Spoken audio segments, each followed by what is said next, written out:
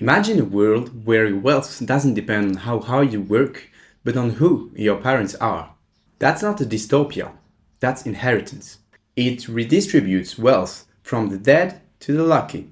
And today I want to argue that inheritance is more than unfair. It sabotages equality, undermines motivation, and silently rigs the game from birth. Let's talk about the most accepted form of inequality in our society and why it needs to go.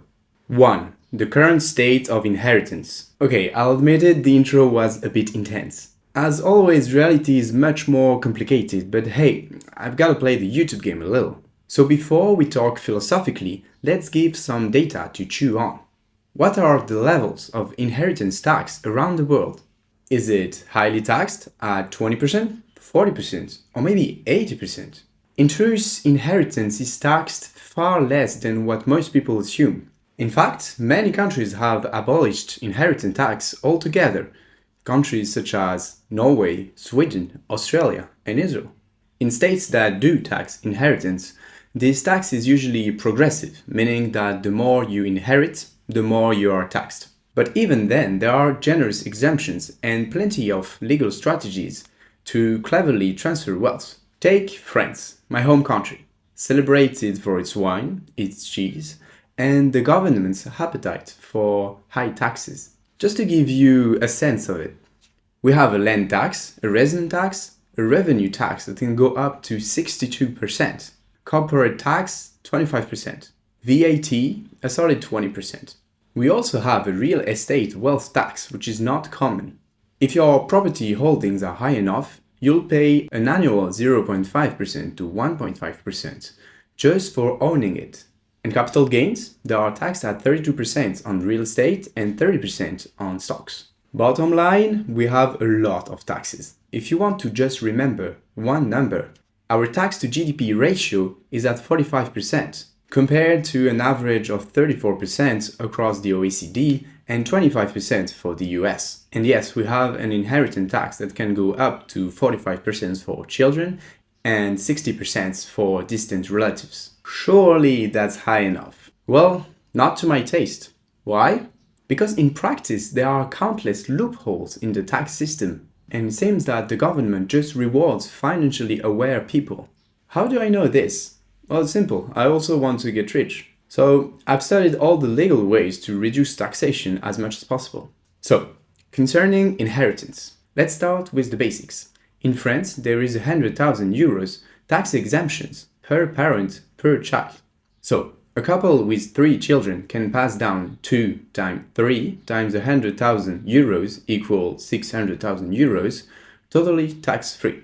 Already quite a juicy sum, right? But there is more, there is much more. This tax cut also applies during their lifetime and resets every 15 years. So if this couple is smart and rich, they could have passed down another 600,000 euros 15 years before their death. And if they were very precocious, also 30 years before that. So that would already be 1,800,000 euros passed down with no tax. Not with low taxes, with literally zero taxes. But there's more. You can open a life insurance policy per person. With it, you can also pass down more than 150,000 euros per heir, also tax-free. So, our hypothetical couple would have more than 900,000 euros more, totally tax-free.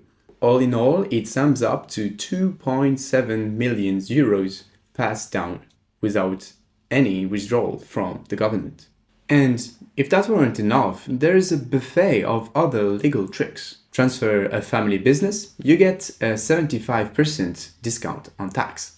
Give your children bare ownership of your home, while you just keep the usufruct. When you die, they'll get the full house, tax-free. Set up an SCI, which is a real estate holding company, and you can transfer ownership in discounted shares. You get the idea. Even in France, where inheritance is supposedly highly taxed, you can pass down millions and millions with little to no tax, practically. Oh, and if you're wondering how it is in the US, well, you could have guessed it, it's way worse. You can pass down $13.5 million per person, so that's more than 27 millions for a couple. And even above that, you have loopholes, like the step up in basis, which I will let you look up as homeworks. If you're smart in this world, you don't pay taxes. Before we move on to how the public sees all this, if you're enjoying the video, consider subscribing, leaving a like, and more importantly, commenting. I'd love to know what you think, and your comments help me sharpen my arguments. 3.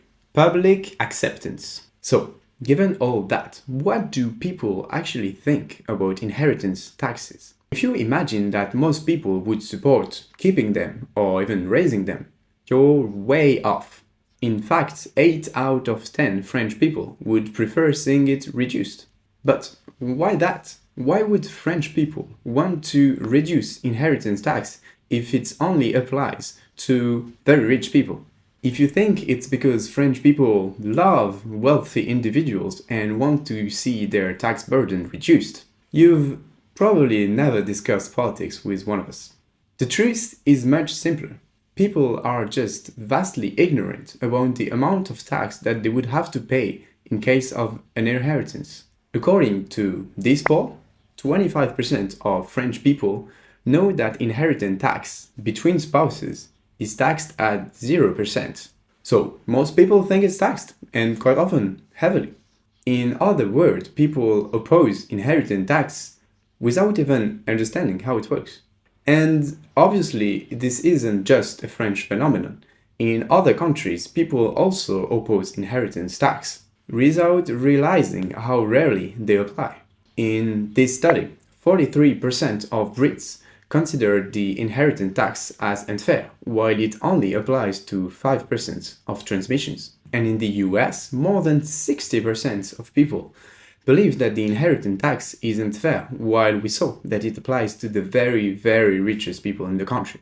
And in the country that I have cited that removed the inheritance tax, they quite often did it because of public unpopularity. So, what do we get? A policy that's widely unpopular, despite it barely existing. 3. Economics of inheritance.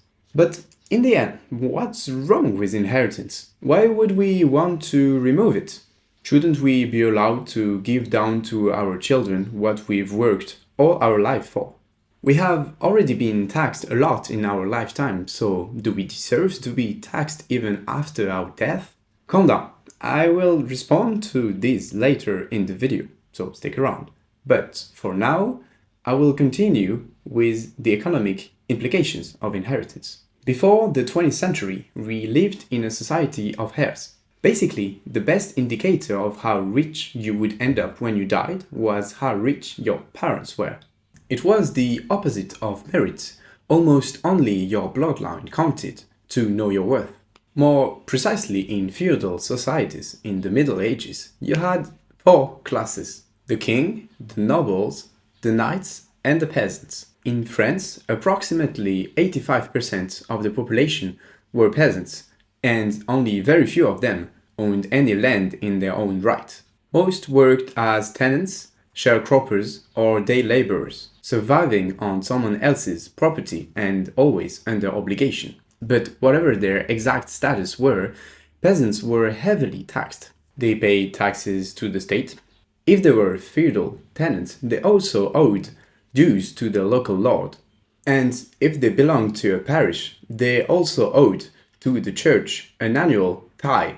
A tithe? A tithe? A tithe. These obligations were seldom relaxed, even during difficult periods, such as poor harvest, which pushed a lot on the brink of starvation. Concerning inheritance, your eldest son not only inherited your wealth, but also your social rank. So it was really hard to move up or even down the social ladder in this time. So what broke the system? Was it the guillotine? Well, in part, but not nearly enough. The French Revolution did abolish many feudal privileges. The nobility lost their tax exemption, control over the peasants, and access to the tithe. You know what I mean. Lands owned by the church and the aristocracy were seized and redistributed, and later the Napoleonic Code abolished primogeniture. The rule that allowed the eldest son to inherit everything. But all this was just changing of the rights, which is very important, but it was not a Robin Hood-like redistribution from the rich to the poor. And it was hard to make a fortune if you didn't already have one to start with.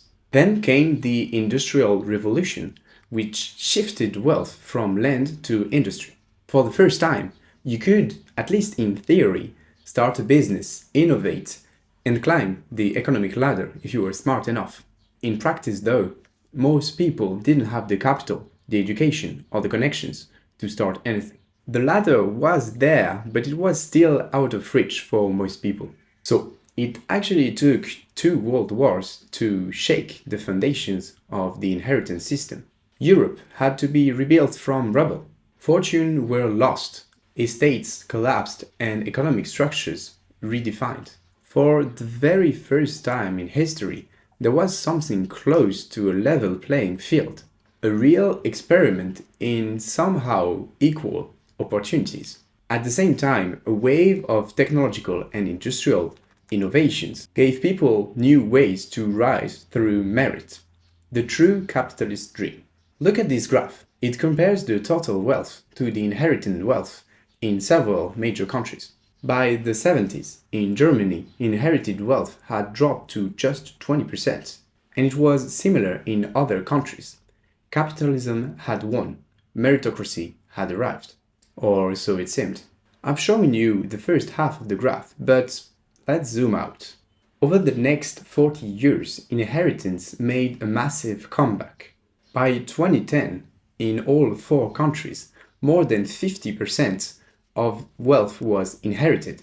I don't know about you, but for me that's staggering. Here are other graphs to make you understand the extent of the problems. Yes, I love graphs. This one represents the share of net private wealth compared to the GDP. We again see this U-shaped curve going from heir societies to post-war blooming economies and again to heir societies nowadays. If you have a hard time grasping what the GDP and wealth represent, here is my analogy.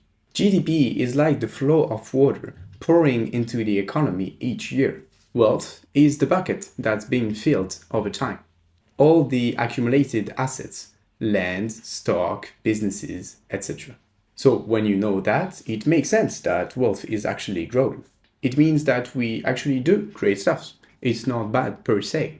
The issue is when you recall the previous graph and notice that most of this wealth is actually inherited. I'll show it again if you forgot it. Basically, if you don't tax inheritance, wealth will just accumulate. It's basic math and compound effects. This is magnified by the fact that rich people marry other rich people, keeping wealth concentrated in the same class.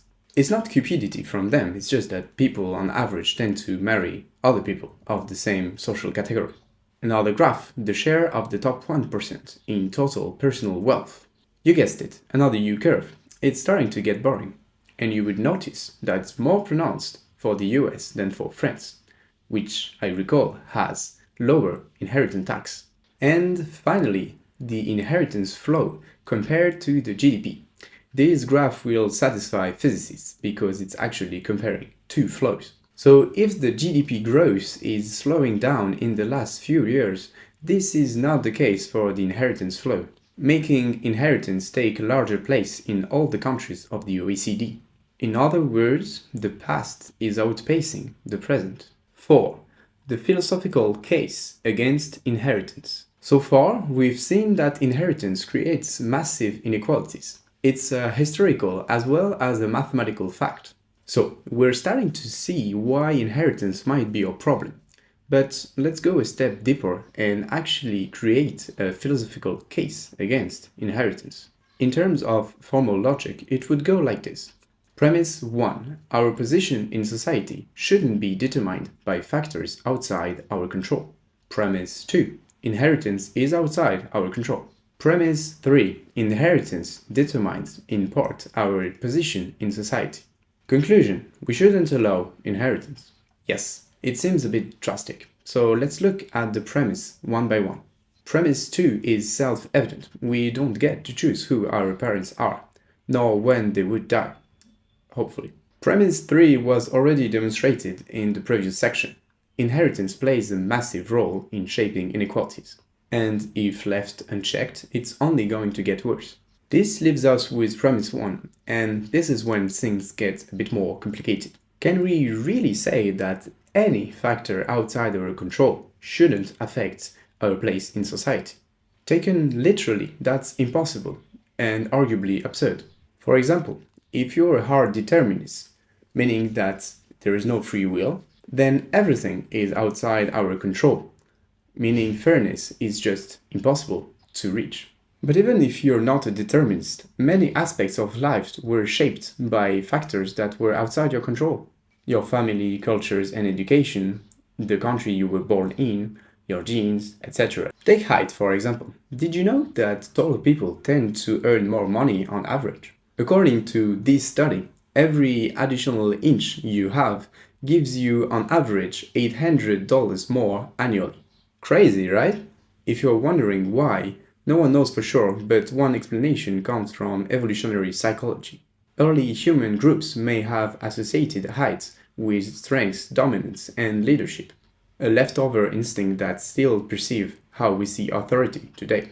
But anyways, my point is that even if height affects our income, we don't want to correct for that. What are we going to do? Tax tall people? That would be insane. That's why we need to refine our premise. Premise 1 now becomes unfair advantages should be corrected when it is possible to do it. Actually, it still isn't good enough. What if we could reduce inequalities, but only by paying a huge social cost? That also wouldn't be desirable. We all know that the best way to achieve equality is just to give nothing to everybody, but we don't want that. This brings us to John Rawls, one of the most influential political philosophers of the 20th century. For Rawls, inequality can be acceptable only if it benefits everyone, including the poorest. That's why he supported market economies. Yes, they obviously produce inequalities, but at the same time they boost the economy, produces a lot of innovations, and reduces prices overall, benefiting to everybody. The question then is, does inheritance help the economy in general? Does it help everybody? If we take a single inheritance, the case is clear. It really only benefits a few children at most. And if we take inheritance as a general phenomenon, we saw that it mainly benefited the rich. So let's refine again premise 1. Unfair advantages should be corrected when doing so is possible and beneficial for the society as a whole. But Rawls doesn't necessarily have the final word on political philosophy. One of his major critiques was a certain Robert Nozick, a libertarian. So, what does libertarianism has to say in defense of inheritance? This is what we shall see on next. 5. Common objections reviewed. So, when it comes to inheritance, we see that we have two intuitions that collide. On one hand, we saw that it creates massive inequalities, which we don't want. But on the other hand, we also feel that anyone should be able to give his own money to anyone he wants. These intuitions map on two different ideals of justice. The first is about distributive justice, who ends up with what, and whether it is fair or not. The second is about procedural justice, whether the process, in this case, the voluntary transfer from one person to another, is legitimate or not. It's a bit like the classic philosophical debate between deontological and consequentialist ethics. Deontologists judge action by whether they apply to certain principles of justice. In this view, if you own something, it's your right to give it away. Full stop. Consequentialists, on the other hand, care about the outcomes. If inheritance leads to entrenched inequalities, then it is a moral problem, no matter how voluntary it seems. So we saw that inheritance produces unjust distribution, yet a lot would be tempted to justify inheritance with a deontological framework, saying things like, the state shouldn't interfere in money transfer that I have acquired fair and square. So to answer that, we need to stay back and ask a deeper question. What is money, really? We treat money as personal property, as something that is ours and that we are free to dispose. For example, if I own a car, I'm able to give it to my son. I'm allowed to change its parts, and I'm even allowed to destroy it if I so choose. In Roman law, the full ownership was described as usus, fructus, abusus, namely to use, to enjoy the fruits, and to destroy. The thing is that money doesn't have to be viewed as property necessarily. Intrinsically, a bill or a coin is worth nothing, and a number in your digital bank account even less. Money, in a way, is a right to consume. When I work, since I contributed to an agent, a company, a person, or the state, he transfers me some of his money, some of his rights to consume. In this light, it would seem right to see this right to consumption as something that is non-heritable. Think about it this way. In the past, positions of powers were heritable. You became king because your father was king, not because you earned it. Today, you are president or prime minister if you won an election in democratic countries, not because your dad was prime minister before you. So why should we treat economic power any differently? If someone works hard and contributes a lot to society, it makes sense to give this person a high right to consume. But that doesn't mean that his children could inherit automatically the same power, just because they share a last name. We've outgrown hereditary monarchy. Maybe it's time to outgrow hereditary wealth too. Another common argument is that inheritance strengthens family ties, that it preserves traditions and keep families united. But let me ask you this. Does it really? At best, inheritance can only mildly benefit the family. A financial cushion, possibly a house to reunite. But at worst, it's a disaster.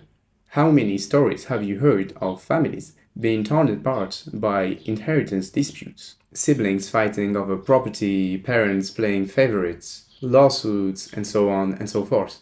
A survey showed that 10 million French people have already had inheritance disputes, and more than 1 million have considered disinheriting a family member.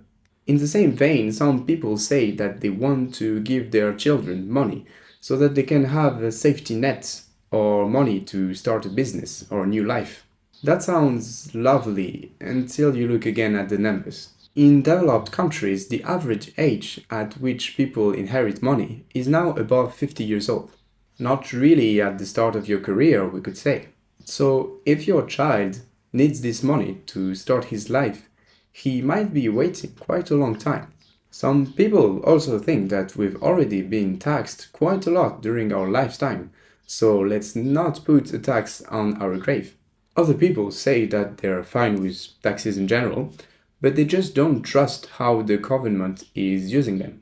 And I really get that, but these are general criticism of taxation, not something specific to inheritance. So here's a better question. What kind of tax would you rather have?